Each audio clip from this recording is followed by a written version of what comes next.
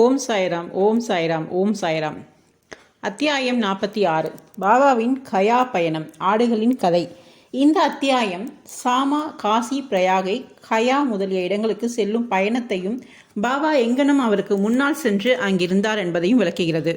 மேலும் 2 ஆடுகளை பற்றிய பாபாவின் பழைய நினைவுகளையும் விவரிக்கிறது. முன்னுரை. ஓ சாயி, தங்களது பாதங்களும் தங்களை பற்றிய நினைவுகளும் தங்களது தரிசனமும் புனிதமானவை. அவை எங்களை எங்கள் கர்மாக்களின் தலையிலிருந்து விடுவிக்கிறது. இப்போது எங்களுக்கு தங்கள் ரூபம் தெரியாமல் இருந்தாலும் இப்போது அடியவர்களால் தங்கள் நம்பினால் அவர்கள் பிரதிட்சியமான அனுபவங்களை தங்களிடமிருந்து பெறுகிறார்கள். கட்புலனுக்கு தென்படாத சூட்சமமான நூலால் தாங்கள் அருகிலுள்ள தொலைவிலும் உள்ள பக்தர்களை தங்கள் பாத கமலங்களுக்கு ஈர்த்து இழுத்து அன்பும் பாசமுள்ள தாயாரைப் போல அரவணைக்கிறீர்கள். தாங்கள் எங்கு இருக்கிறீர்கள் என்பதை அடியவர்களின் அறியவில்லை என்றாலும் தாங்கள் அவர்களின் அருகிலேயே இருந்து அவர்களுக்கு உதவி புரிந்து ஆதரிக்கிறீர்கள் என்பதை கடை முடிவாக அவர்களை உணர்ந்து கொள்ளும்படி எவ்வளவு சாமர்த்தியமாக நூலை இழுக்கிறீர்கள். தங்கள் அகங்காரத்தின் காரணமாக புத்திசாலிகள், அறிவாளிகள், கற்றறிந்தோர் இவர்களுக்கு எல்லோருக்கும் சம்சார குழியில் விழுகிறார்கள். ஆனால் மிகவும் ஏழ்மையான சாதாரண பக்தர்களை தங்கள் சக்தியினால் காப்பாற்றுகிறீர்கள். ஆன்மஸ்வரூபமாகும் யாரும் அறியாதபடியும் தாங்கள் எல்லா நிலைகளையும் புரிந்துவிட்டு அவற்றுடன் எவ்வித தொடர்பும் இல்லாதது போல் தோற்றமளிக்கிறீர்கள். தாங்களே செயல்களை செய்கிறீர்கள், ஆனால் செய்யாததை போன்று காட்சியளிக்கிறீர்கள். ஒருவருக்கும் ஒருபோதும் தங்கள் வாழ்க்கையை பற்றி தெரியாது. எனவே எங்களது பாவங்களை போக்குவதற்காக எங்களது மன, மொழி, மெய் இவற்றால் தங்கள் பாதார விந்தங்களை சரணமடைந்து தங்களது நாமத்தை எப்போதும் ஸ்மரணம் செய்வதே எங்களுக்கு உண்டான சிறந்த வழியாகும். அவர்களின் ஆவல்களை தாங்கள் பூர்த்தி செய்கிறீர்கள். பற்றற்றவர்களுக்கு தாங்கள் பேரானந்த பெருநிலையை அளிக்கிறீர்கள். தங்கள் இனிமையான பெயரை ஸ்மரணம் செய்வதே அடியவர்களுக்கு மிக மிக எளிதான சாதனமாகும். இச்சாதனங்களால் ராஜ தாமச பண்புகள் மறைந்து சத்துவ குணமும் நேர்மையும் முக்கியத்துவமும் அடைகின்றன. விவேகம், பற்றின்மை, ஞானம் முதலியவை துறைகின்றன. பின்னர் தாம் நமது ஆன்மாவுடனும் குருவிடனும் ஒன்றிவிடுவோம். இரண்டும் ஒன்றே. இதுவே குருவிடம் பூரண சரணாகதி என்பதாகும். நமது மனம் அமைதியும் சாந்தியும் பெறுவதே இதற்கான ஒரே நிச்சயமான அடையாளமாகும். இச்சரணாகதி, பக்தி, ஞானம் இவற்றின் பெருமை தனித்தன்மை வாய்ந்தது. ஏனெனில் அமைதி, பற்றின்மை, புகழ், முக்தி முதலியவை அதை தொடர்ந்து வரிசையாக வருகின்றன. ஒரு அடியவரை பாபா ஏற்றுக்கொண்டால் அவர் தொடர்கிறார். இரவும் பகலும் வீட்டிலும் வெளியிலும் அவருடனே இருக்கிறார். அவர் விரும்பியவாறு எங்கு வேண்டுமானாலும் செல்லட்டும். அறிவு கெட்டாத வகையில் ஏதாவது ரூபத்தில் அவருக்கு முன்பாகவே சென்று பாபா அங்கிருக்கிறார். கீழ்வரும் கதை இதை விளக்குகிறது. கயா பயணம். காகா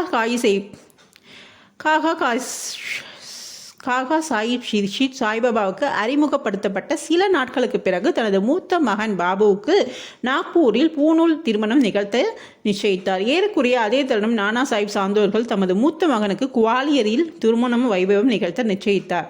தீஷித் சான்றோர்கள் ஆகிய இருவரும் ஷீரடிக்கு வந்து இவ்வைபவங்களுக்கு பாபாவை அன்புடன் வரவேற்றனர்.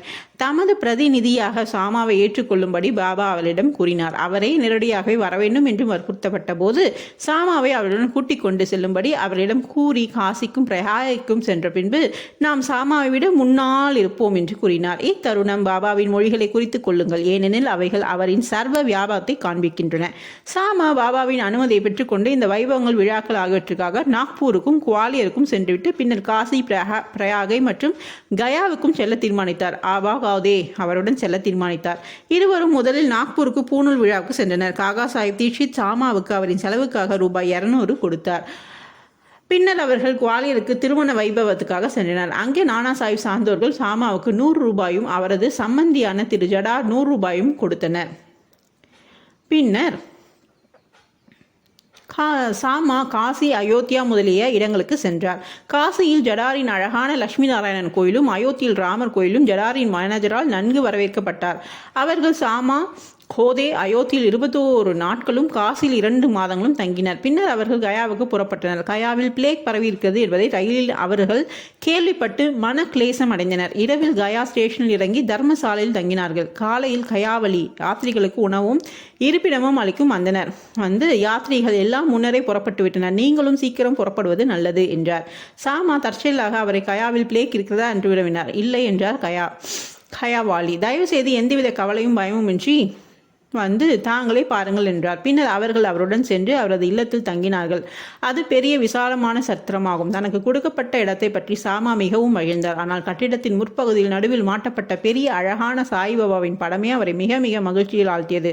இப்படத்தை பார்த்து சாமாவுக்கு உணர்ச்சி பொங்கியது. அவர் காசிக்கும் பிரயாகைக்கும் சென்றபோது நாம் சாமாவுக்கு முன்னதாகவே அங்கு இருப்போம் என்ற பாபாவின் மொழிகளை நினைவு கூர்ந்தார். கண்களில் கண்ணீர் பொங்கியது. அவருக்கு மயிர் கூச்செறிந்து தொண்டை அடைத்து தேம்பி அழத் தொடங்கினார். அங்கு பிளேக் இருப்பது குறித்து பயந்து அதனால் அவர் அழுகிறார் என கயாவலி நினைத்தார். ஆனால் சாமா பாபாவின் படத்தை எங்கிருந்து எப்போது அவர் பெற்றார் என்று விசாரித்தார். கயாவுக்கு வரும் யாத்திரிகளின் வசதிகளை கவனித்துக் கொள்வதற்காக அவருக்கு 200 அல்லது 300 ஏஜென்ட்டுகள் மன்மாடிலும் புன்தாம்பேயிலும் வேலை செய்வதாகவும் அவர்களிடம் பாபாவின் புகழை கேள்விப்பட்டதாகவும் கூறினர். பின்னர் ஏறக்குறைய 12 ஆண்டுகளுக்கு முன்னர் அவர் ஷீரடிக்கும் சென்று பாபாவின் தரிசனத்தை பெற்றார்.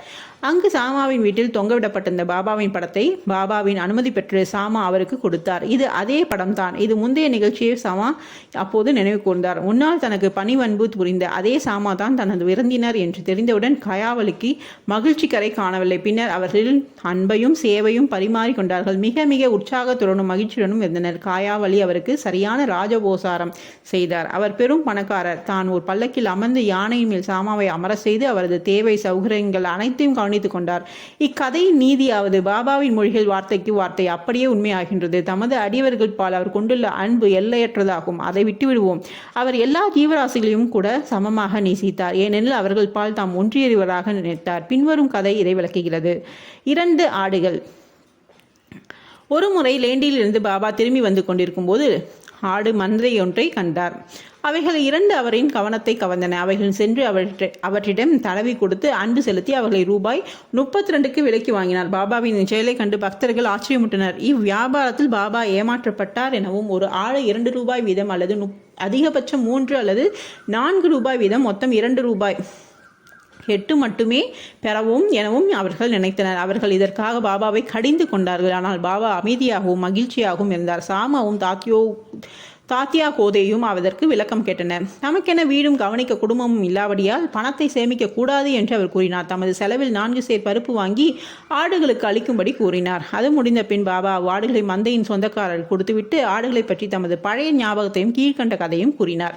ஓ சாமா, தாத்தியா, இவ்வியாபாரத்தில் நான் ஏமாற்றப்பட்டு விட்டேன் என நீங்கள் நினைக்கிறீர்கள். கிடையாது. அவைகளின் கதையை கேளுங்கள். அவைகளின் முந்தைய பிறவியில் மனிதர்களாய் இருந்தனர். எனது நண்பர்களாய் இருந்து எனது அருகில் அமரும் நல்ல அதிர்ஷ்டம் பெற்றிருந்தனர். அவர்கள் ஒரு தாய் மக்கள். முதலில் ஒருவரை ஒருவர் நேசித்தனர். ஆனால் பிற்காலத்தில் பகையாளிகளாய் ஆகிவிட்டனர். மூத்தவன் சோம்பேறி, பின்னவன் சுறுசுறுப்பான பையன். பெரும் பொருள் திரட்டினான். மூத்தவன் பேராசையும் பொறாமையும் கொண்ட பின்னவனை கொன்று பணத்தை எடுத்துக்கொண்டு விரும்பினான். தங்கள் சகோதர உறவை மறந்து ஒருவருடன் ஒருவர் சண்டை போட தொடங்கினர்.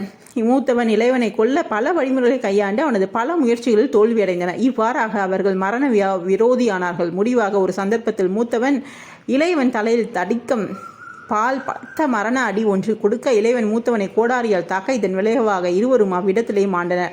அவர்கள் வினையின் காரணமாக இருவரும் ஆடுகளாக பிறந்தனர். அவர்கள் என்னை கடந்து சென்றபோது நான் அவர்களை அறிந்து கொண்டேன். அவைகளின் முந்தைய பிறவிகளை நினைவு கொண்டு அவர்கள் மேல் இரக்கம் கொண்டு அவைகள் மேல் இளைப்பாறுதலும் சௌகரியமும் தர விரும்பி நான் என்னிடம் இருந்த எல்லா பணத்தையும் செலவழித்தேன். இதற்காக நீங்கள் என்னை குறை கூறீர்கள்.